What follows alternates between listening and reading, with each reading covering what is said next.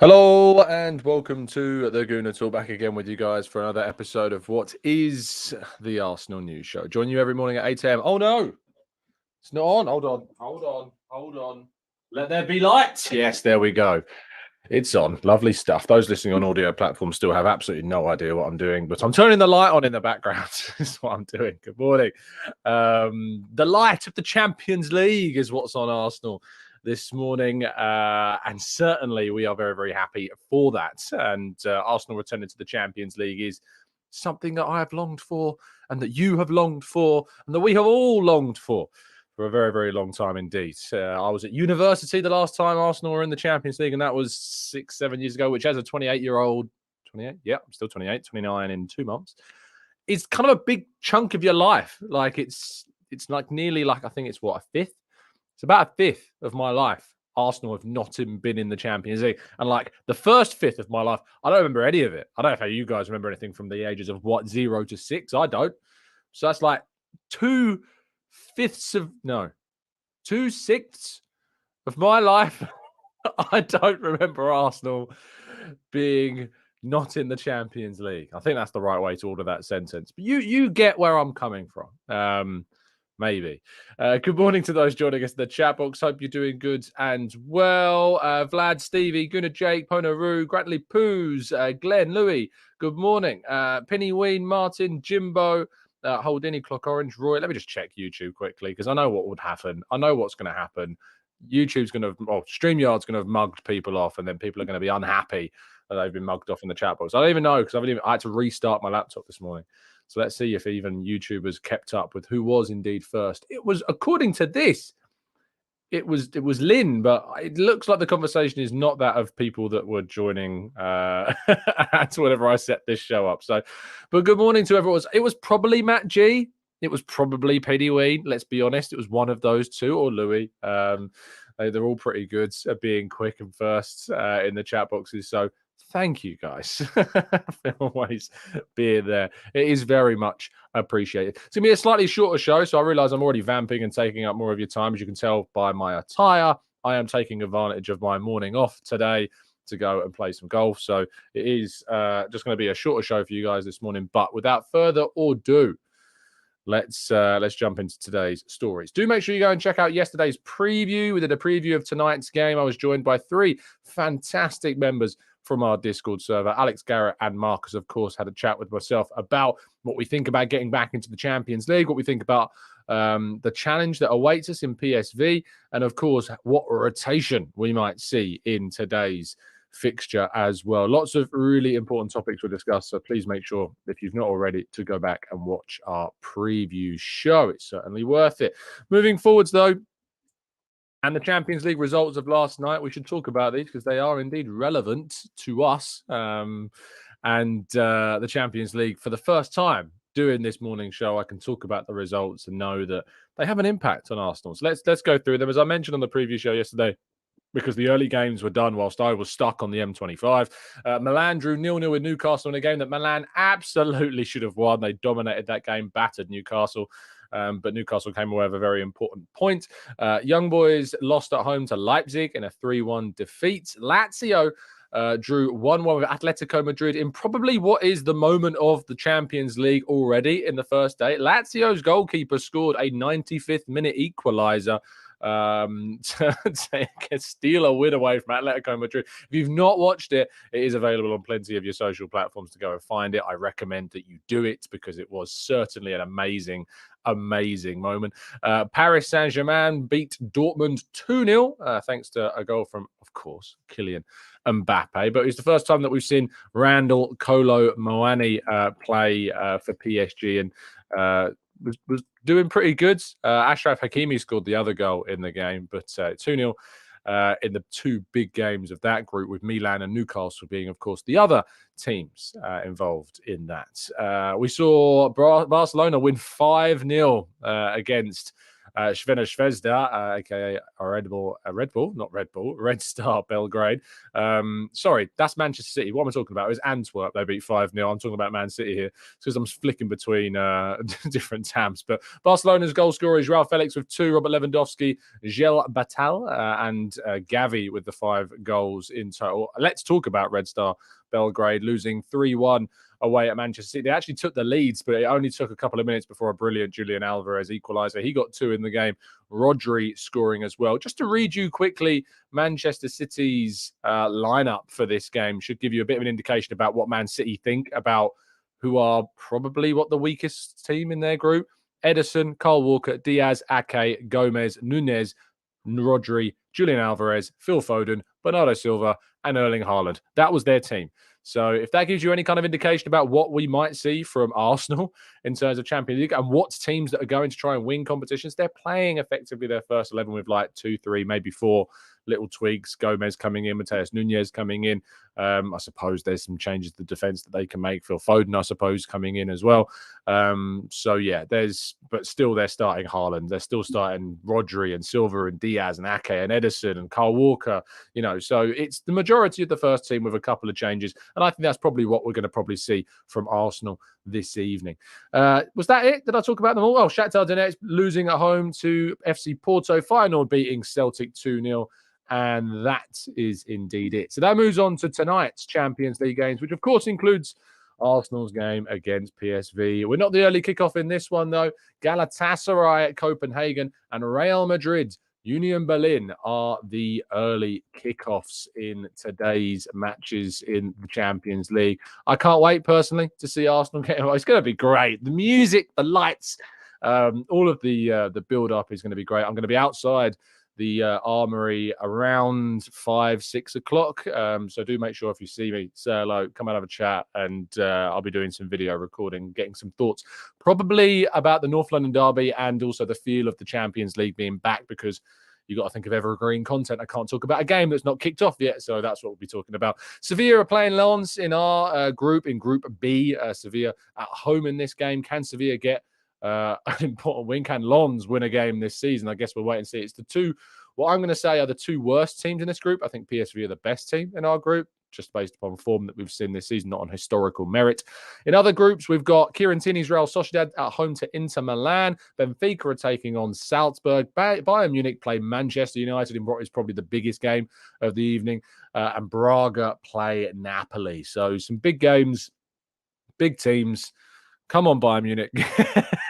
Knock Manchester United out of the Champions League in the group stage. It would be hilarious. And Lens and Sevilla, we're probably hoping for a draw, I suppose, in that one. I was at the training ground yesterday. I just want to say, if you're listening on audio, just hop over to YouTube to watch this little clip here, or just to see this image. Or if you want to, you can go onto my Twitter feeds and you can see this image. That image right there that you can see on the screen with me at Arsenal's training ground, that for me is a dream come true.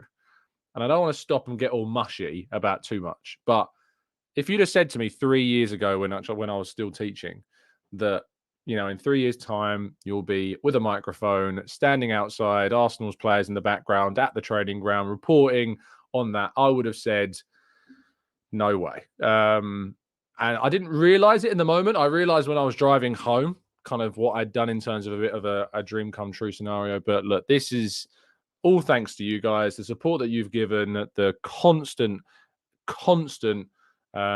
support and appreciation and encouragement that you guys have been here for me over the course of the last 7 years doing this channel. Some have been here since the start, some have been here since yesterday, and I encourage you all to continue to do so, and I'm very thankful to all of you to do that. But yeah, please continue to stick with us. You make this happen.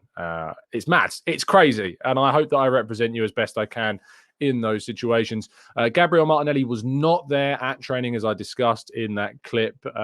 Sadly, Martinelli was talked about by Arteta. He did say that he's had a hamstring issue, and we don't know if he's going to be back for the North London derby. So I guess that's what we're going to have to wait and see to get some more information on that, if you like. And speaking about Mikel Arteta's press conference that I was in attendance for, I went up to I went up to the training grounds, and on the drive up, I was listening to the Arsenal Vision pod, because often I listen to podcasts to try and get a little bit of inspiration about what I might ask about.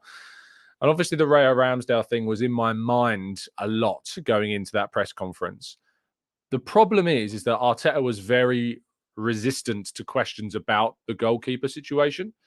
Mark Manbryans from PA asked how Ramsdale had reacted to that, and Arteta basically said that he wasn't. He didn't feel like he had to discuss it. In fact, I'll get you the exact quote that he said to that, so I can quote Mark correctly. He said, "I don't want to talk about the response of every single player in this squad, whether they play or not. Sorry." And in that moment, I was like, well, do I change the question that I'm going to ask? Do I not ask about Ramsdale and Raya, because he's clearly being a bit resistant to that? And I thought, no, I feel like the question I'm going to ask is going to be it's going to be specific about kind of the characteristics of the players. And so the question that I asked was, stylistically, what do you see in Ramsdale that is different to Raya that would make you want to start one over the other in certain games? So the idea that if these two goalkeepers are different, why would one start over the other? What are the strengths that each of them have? I don't want to hear about, one's weaker at this or weaker. I want to know that Ramsdale's better in one-on-one situations. Raya is great with his short-term distribution and things like that. And I thought that maybe he might be able to elaborate, but he didn't. And he said, it's not something I want to get into. I don't speak about how different Eddie is to Martinelli or to Reece. Every player has a different personality and different characteristics. So, look, I tried. The other question that I asked was obviously about Arsenal's record in Europe under Arteta. We've been knocked out by teams that, of course, Arsenal have been expected to beat: Villarreal, Sporting, Olympiacos. And I asked him if he felt he had something to prove himself because of that record. And he says, every day you have something to prove. Tomorrow I have to prove that we have prepared in the best possible way and that we are giving the players the best possible chance to play as well as we possibly can to win the game. And that's the reality of the support. It was a good press conference overall. Gabriel Jesus afterwards was fantastic. If you can watch it back, I'm not sure if it's available anywhere. I don't know if it's been released on the Arsenal Way. I'll do a quick check of that for you. But Gabriel Jesus was brilliant in the press conference after Arteta had spoken, and he talked a lot about kind of his time as a kid and where he played football and sneaking out of school. Yes, you can. You can actually watch the whole press conference back on the Arsenal Way, so I recommend you go and do that. It's really worth it. What I would say that I've learned from these scenarios in these situations is, as I tell you, and I told this in the live show, the story, and you've heard this story before, but the first time I ever went to London Colney was to interview Aaron Ramsdale and Granit Xhaka ahead of the game, ahead of the Amazon documentary coming out. And that was the first time I'd ever got a chance to speak to any of the players and ever ask a question. In a half an hour sitting with about 15 other journalists, I got one question into Granit Xhaka, and he refused to answer the question. And that moment made me a better journalist. It made me ask better questions later on down the line. But it also taught me a lesson that sometimes you're not going to get an answer. You're not going to get the answers that you want to your questions that you ask. And you've got to try, and you've got to take some ownership for that. There's always going to be something which you might think to yourself and be a bit more critical and say, they could have given me a better answer, sure. But it's about going back and not letting that kind of get to you in some ways, and then going back again when there's another opportunity to ask the questions. I have the absolute honor of being able to ask the players questions after every game that I'm in the mix zone, and I've had some great answers. I've had some not so great answers. I've had no answers. It's a real spectrum of different answers types that you get when you're speaking to managers and players, and it's just a learning process, and I'm going to keep learning and keep improving as best as feasibly possible. But as Temi says, yes, I was blasted by Arteta refusing to take on that question. But it is what it is. We'll continue. We'll keep going. But even just being in that position is an absolute pleasure. Lastly, just a bit of transfer news. According to Newsblood in Belgium, Arsenal will reportedly scout Antonio Nusa of Club Bruges. Nusa will be involved in what I believe to be, is it Champions League? No, I think it's Europa League football.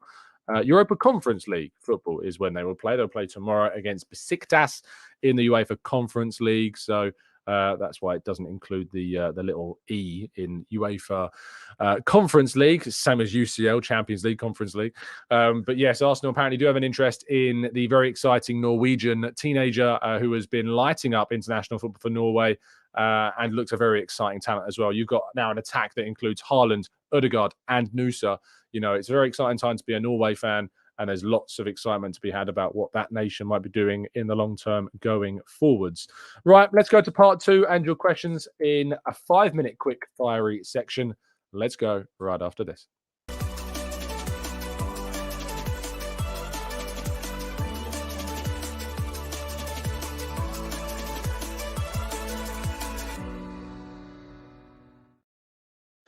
Okay, let's tackle some questions in a speedy, quick-fire fashion. So get them in to the chat, and I'm going to try and take on as many of them as feasibly possible. Shane, Tom, the most important question about the press conference is, did you get to meet Win the dog? And the answer to that is a very sad one. No, I didn't. I don't know if it's ever going to happen. I know that he was brought in and around, I think, the press conference a while ago. But yeah, sadly, still I have not met Win the dog, and it is a sad, sad thing. Yeah, maybe one day. Maybe one day. Otis says, with the extra space afforded to teams in the Champions League, who do you see in our team flourishing? It's a good question. In terms of the space afforded to teams against certain likes of PSV, I think will be more open. I think Kai Havertz is the one I look to the most. I hope that he has a really good opportunity to flourish. I think Reece Nelson, Smith Rowe, the depth players. I want to see the depth players get more chances. It's obvious to say Saka, Jesus, who will really exploit those spaces a lot more. I think Saka in particular will exploit those spaces a lot. But I want to see players like Havertz really grab this opportunity and take it forwards and improve as a player and really make his mark as an Arsenal player as well. What would I ask Win the dog if I could ask him one question? Who's a good boy, then? Probably would be the question that I ask. Derek says, Tom, Silva got injured last night. City squad isn't as deep as we think that it is. I think that Silva is a massive, massive loss. It depends on how long he's going to be out of the team for, of course. We never know how long these things are going to go on for. But yeah, I suppose we could wait and see. Dan says, Tom, please don't do that ever again. Did it make you feel uncomfortable, Dan? Because I will do it more. Benji says, do you see any unexpected subs in our Champions League campaigns? If the Bayerns and PSGs can field youngsters, why can't we? It's true. They can. I suppose that Bayern are playing kind of a lower table team in Manchester United, so they've got more opportunity to play some of their youth players. I think that we can chuck on some. Only one youngster trained with the side yesterday, and that's Charles Sago Jr. He was the one that I was told was training with the side. We haven't really got space for a youth player on the bench, Benji, to be fair. We've got a pretty senior squad. So there you go. Let's go to KSS says, but I don't believe it. Half the team could get their legs blown off and they'd still walk the league. Yeah, the Man City side, they could just very, very easily survive and win the league with about 4 players, let alone 11.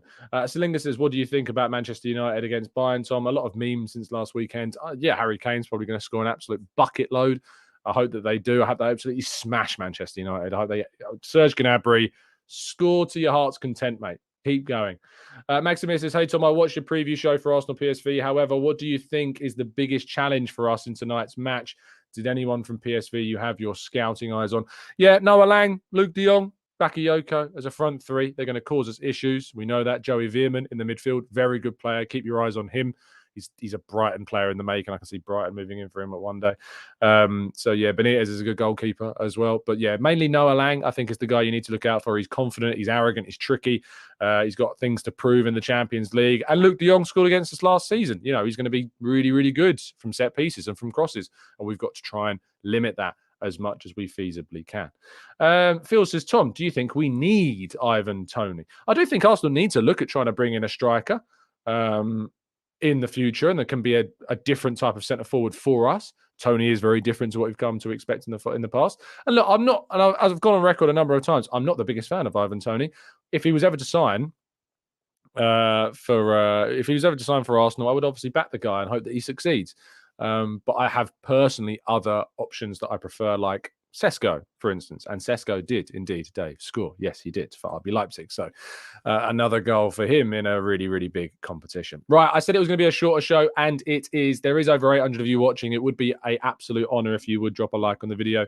It would mean the world. So thanks to those that already have and those that are going to. If you've got any thoughts on anything that we've talked about in today's show, please leave your comments down in today's video description. Well, leave it in the comment section. I don't think you can access the video description, but please do leave it in the comment section, and all of that lovely stuff. I'll be back tomorrow morning to break down Arsenal's game against PSV in the Champions League. As I mentioned, if you're going to the game tonight and you're going to be in and around the stadium, I will be outside the Armoury probably 2 to 3 hours before.